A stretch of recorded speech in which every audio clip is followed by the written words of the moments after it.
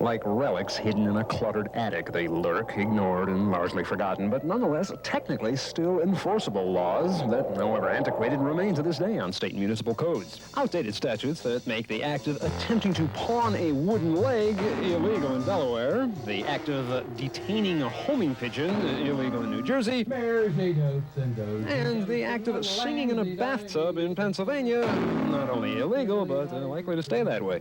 No action is ever taken. Nobody stands up and says, you know, we've got 16,000 statutes that are just inappropriate to 1986, so let's get rid of them. That just doesn't occur. Largely because just finding them all in the first place would be a challenge more daunting than keeping track of Philadelphia City Council indictments. It's almost incomprehensible to trying to come up and arrive at all the anachronistic laws or archaic laws that are on the books. Laws which, if enforced, would fill post office bulletin boards with a slew of wanton offenders guilty of such illegal acts as herding sheep down Trenton streets while wearing a false face, allowing a cow to graze on a Wilmington sidewalk, and hanging women's lingerie on a clothesline in a Reading backyard.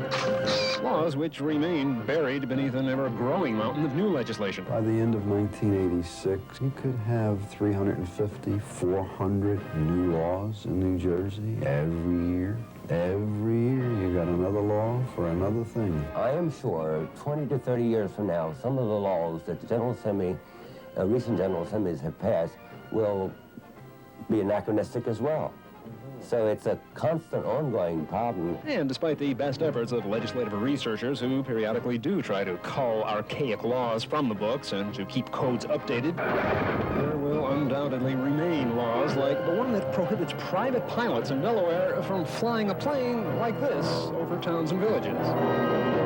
No, we're not talking about the acrobatics. Those are perfectly okay. However, a pilot is required to carry a broom and dustpan on board his aircraft at all times, and a failure to do so makes him in flagrant violation of the law.